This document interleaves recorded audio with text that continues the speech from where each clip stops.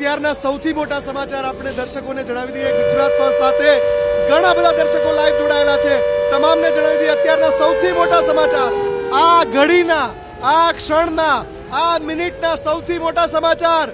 પાકિસ્તાન વિરુદ્ધ ભારતે જવાબી કાર્યવાહી મોટા પાયે શરૂ કરી દીધી છે।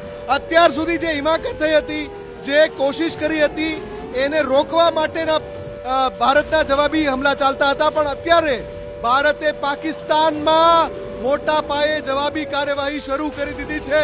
એટલે ઊંધી ગણતરી ચાલુ કરી દો। હમણાં વિવેકજીએ કહ્યું ને વિકાસ, ફદલ, પાકિસ્તાનને એ ટીક ટીક ટીક ટીક ટીક અવાજ એટલા માટે સંભળાતો હશે કારણ કે ભારતે તૈયારી કરી છે। શું કર્યું છે ભારતે?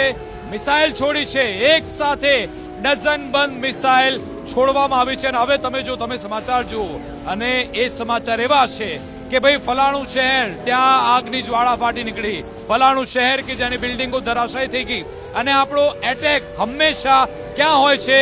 આપણો એટેક પાકિસ્તાની, બિલકુલ પાકિસ્તાનના રક્ષા મંત્રી ખ્વાજા આસિફ એ પોતે પુષ્ટિ કરી રહ્યા છે કે ભાઈ અમારા પર હુમલો થઈ રહ્યો છે, બચાવી લો, બચાવી લો। કોઈ બચાવવાનું નથી ભાઈ, હવે તમે ગયા, હવે તમારી ખેર નથી।